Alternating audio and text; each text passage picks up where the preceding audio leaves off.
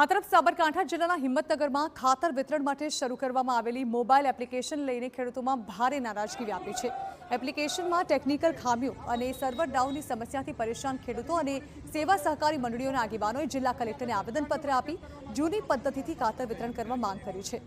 સાબરકાંઠા જિલ્લામાં ખાતર વિતરણ માટે એપ્લિકેશનનો પાયલોટ પ્રોજેક્ટ અમલમાં તો મુકાયો, પણ ખેડૂતોનો દાવો છે કે ટેકનિકલ ખામી અને સર્વર ડાઉનને કારણે સમયસર ખાતર મળતું નથી।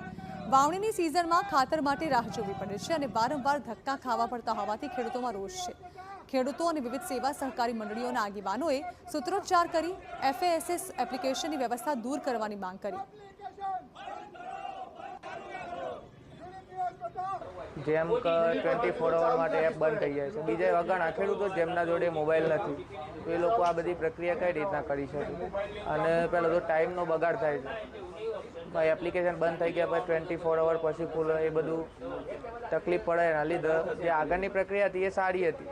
ફ્રેમવર્ક ફર્ટિલાઇઝર એપ્લિકેશન રાજ્ય સરકારે પાયલોટ પ્રોજેક્ટ તરીકે સાબરકાંઠાની પસંદગી કરી છે, જેમાં એ એપ્લિકેશનની અંદર ખેડૂતોને હાલાકી ભોગવવી પડે છે, સર્વર ડાઉન હોય છે, એમાં જે સ્ટોક મેનેજ કર્યો છે એ એના સામે અન્યાયી રૂપી છે।